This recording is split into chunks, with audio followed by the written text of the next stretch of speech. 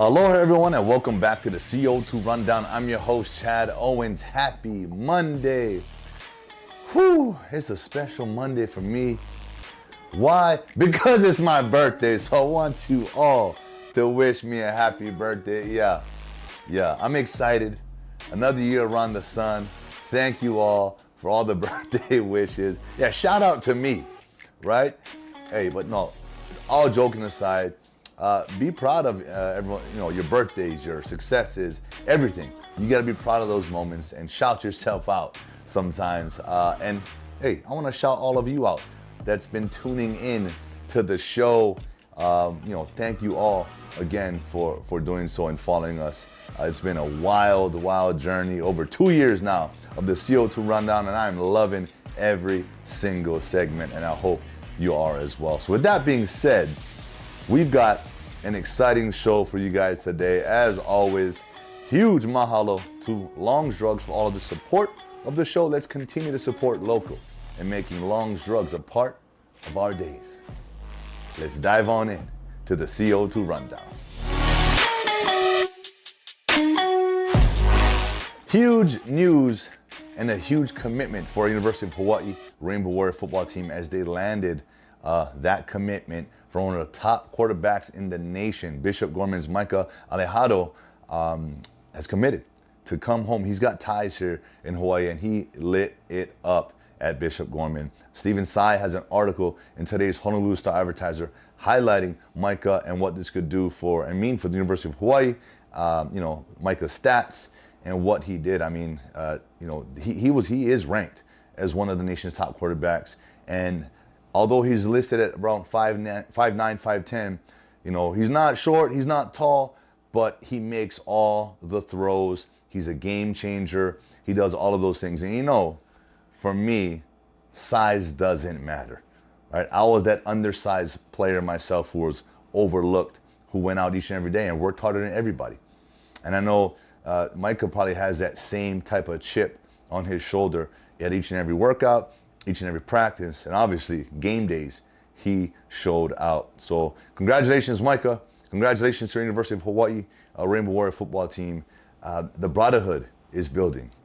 The morale is building. The culture, it has been back.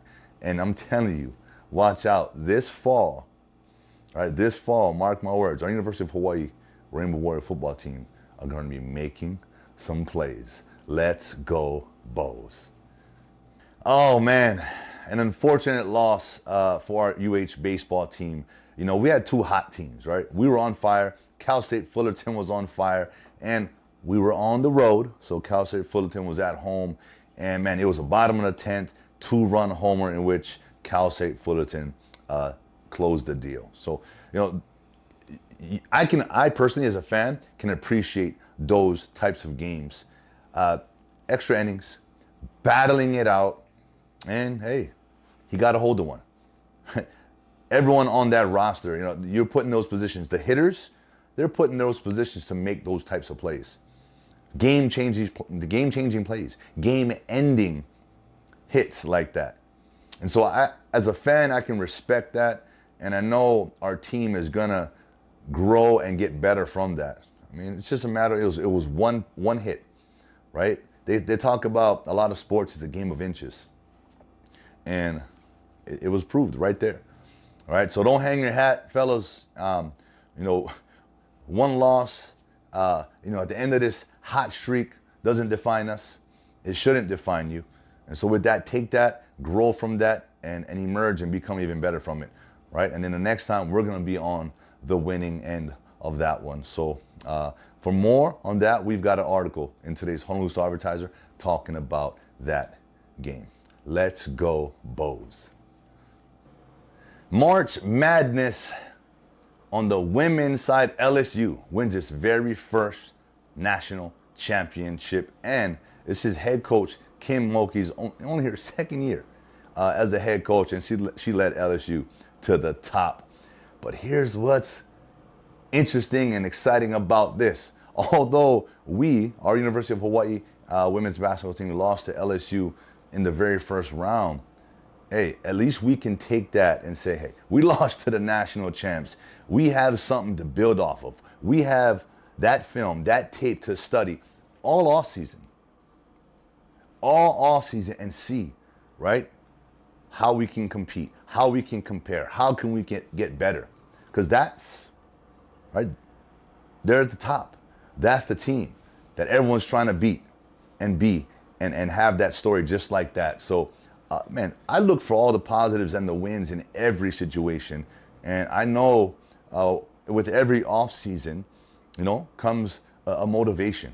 It comes a new fire. You know what? We're going to do better next year. This is what we're going to do differently this off season. And this is why. And so with that, man, hey, I know I went from talking about the champions, but I'm always going to come back to our homegrown, our women's basketball team, who, again, had a heck of a season and have something to shoot for. All right. And now, hey, the national champs, LSU, they are showing everyone, what it takes. And congratulations to you guys. The very first in school history, that class, that senior class. I know you guys are extremely, extremely proud, because I know if I was a freshman coming in to a school that's never had a championship, my goal would be that I want to bring the first title back to this program. Some of you, it took those 4 years. Some of you freshmen on the team got to experience it in year one, right? And everything else in between. So, with that, huge congratulations again to LSU for defeating Iowa in a amazing basketball game. Congrats. And on the men's side, which is happening tonight, UConn taking on San Diego State. And we've got an article in today's Honolulu Star-Advertiser talking about how the transfer portal has benefited these teams.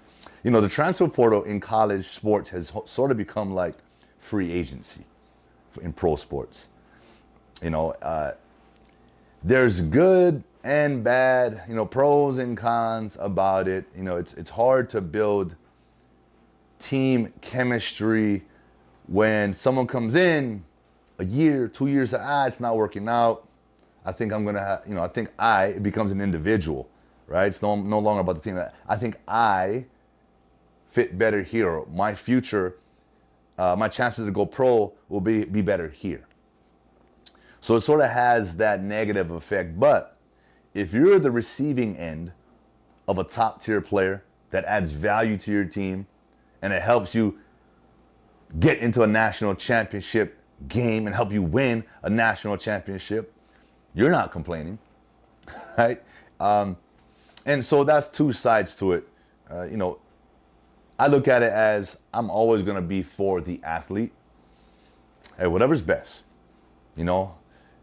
It's like whether your top athlete, recruit, transfers, hey, they could get injured, right? At the same time, they could get injured and you lose them anyway. So things happen. That's why you build a team, so that when something happens, injury or someone transfers, hey, someone else steps in. Someone else steps up. It's another opportunity for someone else. That's how I got my shot, right? I had an opportunity. I got thrown in the fire. Hey, you're up. And I ran with it. And so, those people like me that get put into those opportunities, they're not complaining. They're all about it, right? So the transfer portal does provide opportunity. If you transfer, it's something new. So maybe that's what you need, right? It provides opportunity for someone else to replace. And it provides opportunity for the team to bring in and to get better. So with that, I'm looking forward to an amazing men's championship tonight. I know it's San Diego State's first shot to get it done. UConn's been there before, so we'll see what happens tonight. Good luck to both teams. Although the madness of March and April ends tonight, writes Curtis Murayama in his story in today's Honolulu Star-Advertiser, we feel as if our University of Hawaii men's and women's basketball team, our future, we're in good shape. Because we had a taste, right? We're there. I talked about it on the women's side, but as a whole, the goal is always, win the conference, get that berth into the tournament, right? But not just get there. Move on, right? Win games, get closer, get to the Sweet 16. Like, get your name in there, get to the Elite Eight, Final Four, and at the end of the day, the goal, right? Getting that championship game, winning a championship. Until that day comes, until we're gonna keep working towards that. And that's what Curtis writes about, is how, exciting the opportunity, where we are as a program on both the men and women's side, like I talked about. It's exciting stuff. And we learn, right? Women, we're going to learn from our experience against LSU, this year's national champion, right? Our men, we're going to learn from this past season, the wins, the losses, the upsets, when we were on both ends of that. But it's about growth. It's about getting better. It's about looking forward to the off season to develop even more, to bring in, maybe via the transfer portal, which I talked about, to elevate and create just more depth, getting that shooter, getting that defensive player, finding what we need, right? Oh, if we had this position, we could have defended that. If we had this shooter, our percentage on the perimeter could have been that much greater, right? So that's what's exciting about the offseason for coaches, players, and programs. So with that, I want you guys to go take a deeper dive into Curtis Moriyama's article in today's Honolulu Star-Advertiser. Let's go, Bows.